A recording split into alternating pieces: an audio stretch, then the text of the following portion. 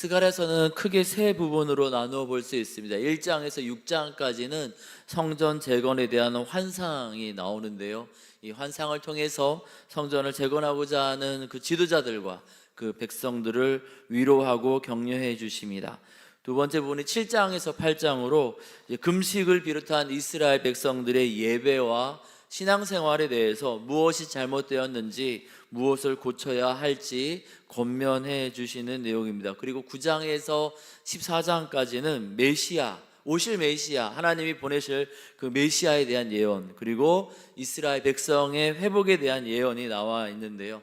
이 세 부분의 요약이자 또 마지막 이 9장에서 14장까지의 요약이 바로 이 스가랴 14장입니다. 스가랴서 전체의 요약이자 메시아 및 이스라엘의 회복에 대한 이 예언의 요약 부분이 오늘 우리가 읽은 이제 14장에 그러한 내용이 나와 있는데요. 오늘 우리가 읽은 1절에서 11절까지의 이 내용을 통하여서 우리는 세 가지 주님의 음성을 듣게 됩니다. 첫 번째, 그날에는 이라는 이 표현을 반복하면서 하나님이 장차 이루실 내일을 기대하라는 겁니다. 개역개정 성경에는 그날에는 하면서 14장에 8번 등장하고 또 그때에는 해서 총 9번 이렇게 그날 그때 이렇게 하면서 개역개정에서는 총 9번에 걸쳐서 다가올 그날, 하나님이 이루실 그 미래의 그때를 기대하라 이야기하고 있습니다. 횟수야 조금 차이가 있을 수 있겠습니다. 번역하면서 그날을 이날로 번역할 수도 있고, 번역 성경마다 이 횟수는 조금 차이가 있을 수 있지만 14장에서 학자들이 주목하는 것은 계속 그날에 하나님이 장차 이루실 그때를 기대하라는 겁니다.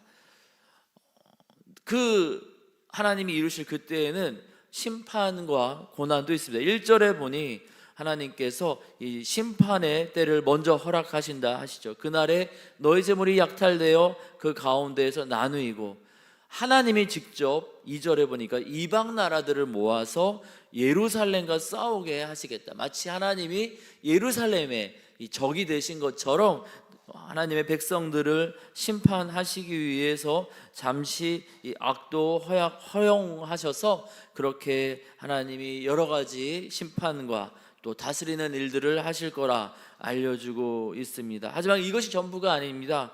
그 뒤에 놀라운 하나님의 일하심이 있습니다. 잠깐의 고난과 핍박과 억울함과 오해가 있지만 그 뒷부분 보면은 하나님이 갚아주시고 하나님이 다스리는 그때에는 어떠한 일이 있을지 알려주고 있습니다. 그러니 긴 하나님의 다스림 역사를 바라보며 낙심하지 말라는 겁니다. 내가 노력해서 바꾸고 고쳐야 할 것들이 있습니다. 회개해야 될 것들, 금식할 때 어떻게 해야 될 것들, 그런 것들에 대해서 이미 쭉 설명을 스가랴서 앞부분에서 했는데요. 이제 마지막 14장에서 우리가 고치고 우리가 바꾸고 우리가 회복시키는 것과 비교할 수 없는 강한 손과 표심팔을 가지신 하나님께서 앞으로 행하실 놀라운 일들이 있으니 그것을 기대함으로 하나님을 바라보라 권하는 것입니다. 미래와 희망을 열어주시는 하나님이 계시니 그 하나님이 열어가실 내일을 기대하라는 것이죠. 내일을 기대하며 오늘을 살아가는 것, 이것이 바로 성경 전체의 주제이기도 합니다. 구약의 백성들은 오실 메시아를 기대했고, 신약을 살아가는 우리도 다시 오실 우리 주님을 기대하며 살아갑니다. 이 내일에 대한 이야기는 반드시 위로와 소망만은 아닙니다. 앞서 1절, 2절 하나님의 심판에 대해서 말씀을 드렸는데요, 다가올 심판에 대한 경고와 권면이기도 합니다. 언젠가는 우리가 하나님의 재판정에 서게 됩니다. 사람이 한 번 죽는 것은 정해진 것이고 그 후에는 심판이 있으리니, 지금 당장 내가 하는 말과 행동에 하나님께서 어떠한 매를 드시지 않다 할지라도 우리가 말한 것, 행동한 것 언젠가는 하나님 앞에서 다 계수하게 되는 것이죠. 그때 착하고 충성된 종아 잘하였도다, 주인의 잔치에 참여할지어다, 그렇게 주님의 위로와 또 주님의 또 환대를 받을 것을 기대함으로 우리가 주님 앞에서 하루하루를 믿음으로 말씀을 따라 살아가기를 원합니다. 내일을 기대하라는 우리 주님 음성 앞에서 절망의 자리에 있다라면 소망을 붙잡고, 혹시 너무나 평안함과 하는 일마다 잘 됨으로 인하여서 교만함과 나태함의 자리에 있다라면은 다시금 겸손과 성실 그리고 믿음을 회복하는 우리 모두가 되기를 원합니다.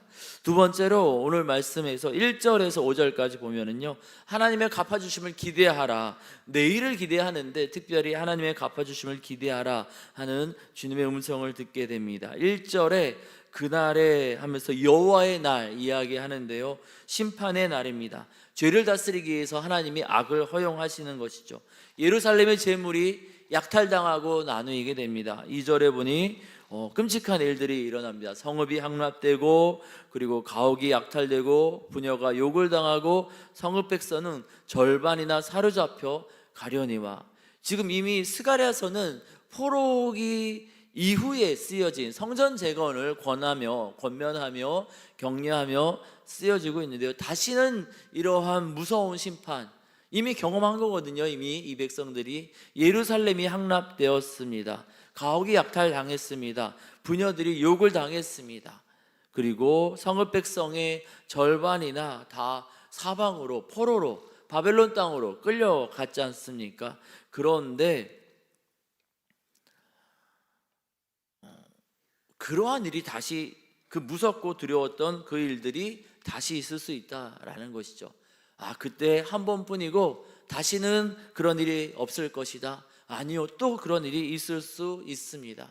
동족 상잔의 비극, 1950년에 있었던 그 일들, 그래서 예수를 믿는 것 때문에 이 땅에서 생명의 위협을 받고 살아가는 가족이 고난을 당하고, 그러한 일들 다시는 없을 거라고요, 이 땅에? 아니요, 있을 수도 있습니다. 또 그러한 심판이 있을 수도 있습니다. 지금 스가랴 선지자는 하나님의 날이 오게 될 때, 너희가 이미 너희 조상들이 경험했던 70년 전에 경험했었던 그 끔찍한 일들이 다시 올 수 있다, 아니 다시 올 것이다, 이런 이야기를 하는 겁니다. 예수 이름 때문에 고단받던 그 때가 다시금 우리에게도 올 수도 있습니다. 그러나 거기서 끝나지 않습니다. 행여나 그런 일이 있다 할지라도 3절부터 하나님의 갚아주심이 나타납니다. 그런 일이 있을지라도 3절에 그때에 여호와께서 나가사 그 이방 나라들을 치시고, 그렇게 하나님의 갚아줌이 시작이 되면 4절에 보니 산이 갈라집니다. 갈람산은 그 한가운데가 동서로 산이 없어지는, 지금은 실제로 우리가 산을 없애는 일들이 있지만 스가랴 시대에 산을 없앤다라는 것은 초자연적인 기적의 상징적인 표현입니다. 산이 갈라져서 큰 골짜기가 될 정도로 정말 상상할 수 없는 하나님의 갚아주심이 있을 것입니다. 5절에 보니까요, 그러한 일들에 대해서 쭉 설명을 하면서 그때 갚아주시는 하나님이 누구와 함께 하시느냐, 5절 후반부에 보니까 거룩한 자들과 함께 하신다, 그렇게 알려주시고 계십니다. 심판의 때가 지나고 하나님의 갚아주심이 반드시 있습니다. 우리 인생에도 그렇습니다. 하나님의 갚아주심이 있습니다. 그 하나님의 갚아주심을 기대하고 기다리는 백성은 어떻게 살아야 될까요? 5절 후반부에 거룩한 자들이 주와 함께 하리라 주님 말씀하시면서, 하나님을 기대하는 백성들은 거룩하신 하나님을 따라 거룩한 말, 거룩한 행동을 지켜야 한다라고 알려주고 계십니다.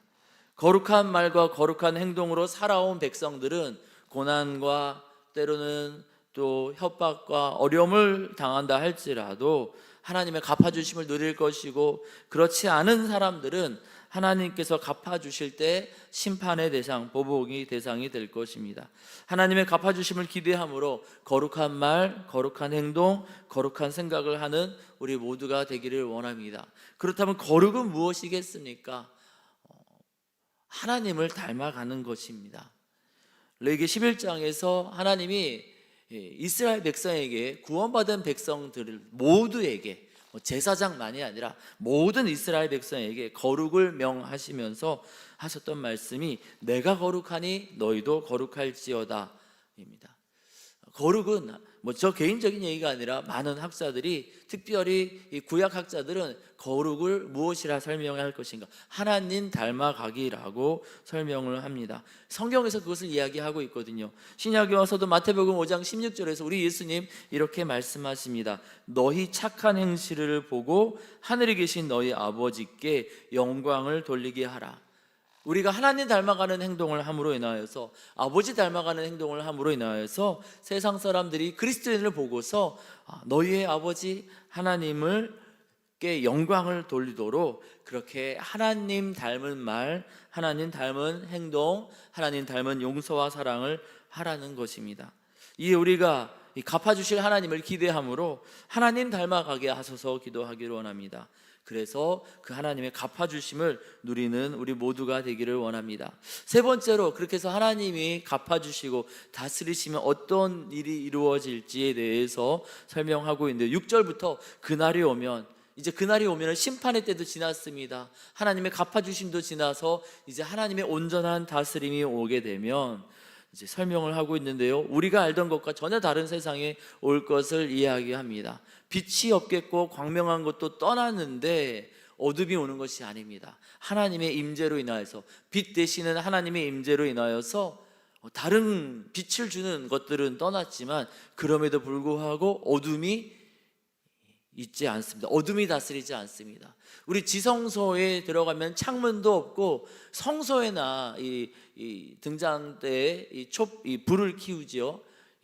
촛대에 이제 불을 피우는, 이 촛불을 켜서 이제 그 성소, 창문이 없는 텐트 안에서 밝게 비추는데, 지성소에 들어가면 하나님의 임재를 위해서 준비한 지성소에 들어가면은 창문도 없고 촛대도 없습니다. 빛보다 더 밝으신 하나님이 임재하시기 때문입니다. 하나님이 다스리시기에, 하나님이 임재하시기에 다른 빛을 낼 만한 광명체는 필요가 없습니다. 7절에 보니 여호와께서 아시는 한 날이 있으리니, 하나님이 계획하신 그 날이 임하게 되면 낮도 아니고 밤도 아니라 어두워갈 때에도 하나님의 임재로 인하여서 어둠이 다시 오지 않고 빛이 있습니다. 그리고 8절에 생수에 대해서 이야기를 하는데요, 지금 우리 개역개정에서는 생수가 절반은 동해, 절반은 서해 이렇게 흘러간다 이렇게 번역을 하고 있는데요, 다른 번역 성경에서는 히브리어의 의미를 살려서 다른 강은 동해로 가는 거는 이 사해, 죽음의 바다로 가는 것으로 번역을 하고, 그리고 또 서해로 가는 것은 이제 이 지중해로 흘러가는 것으로 번역을 합니다. 하나는 죽음의 강을 향해 흘러가고 하나는 바다를 향해 흘러가는 것이죠.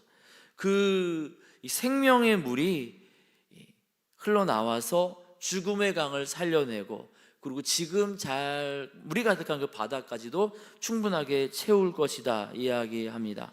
그런데 이 강력한 생명력이 예루살렘에서부터 흐르기 시작합니다.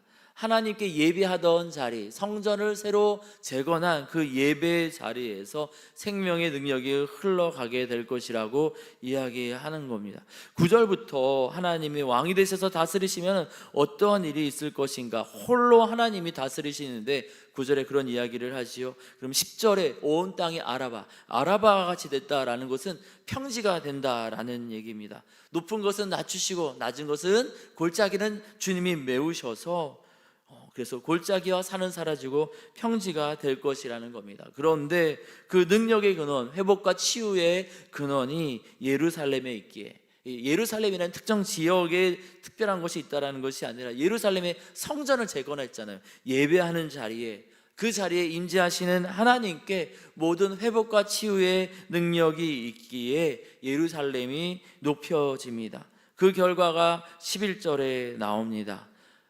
사람이 그 가운데 살며 다시는 저주가 있지 아니하리니, 하나님의 다스림 가운데 백성들이 그곳에서 살게 될 것이고, 그리고 다시는 저주가 있지 아니할 것이고 평안이 있을 것이다. 주님 그렇게 회복과 치유에 대해서 말씀 들려주십니다.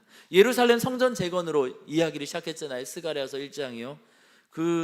이제 성전 재건을 이야기하면서 예배하는 자리, 예루살렘에서 시작되는 예배 회복만이 아니라 예배 회복을 통해서 하나님이 주실 우리의 삶의 회복, 우리의 모든 것들의 회복을 들려주시는 겁니다. 성전 재건은 건물 재건만이 아니라 예배 회복을 이야기하는데요, 우리 마음의 회복이지요. 그래서 금식에 대한 이야기도 했던 것이죠. 예배가 회복될 때 그래서 하나님으로 온전히 올려드릴 때, 하나님을 온전히 왕으로 모셔드릴 때 그 왕 되시는 하나님의 다스림으로 인하여서 예배가 회복이 되고, 예배가 회복됨으로 인하여서 우리의 일상 가운데 놀라운 일이 있을 것이라고 14장 전반부를 통해서 알려주시는 겁니다. 그날에 있을 그 하나님의 다스림을 기대하라고, 장차 주님이 주실 회복과 치유를 기대하라 하는데요, 그 하나님의 다스림은 오늘 우리의 예배를 통해서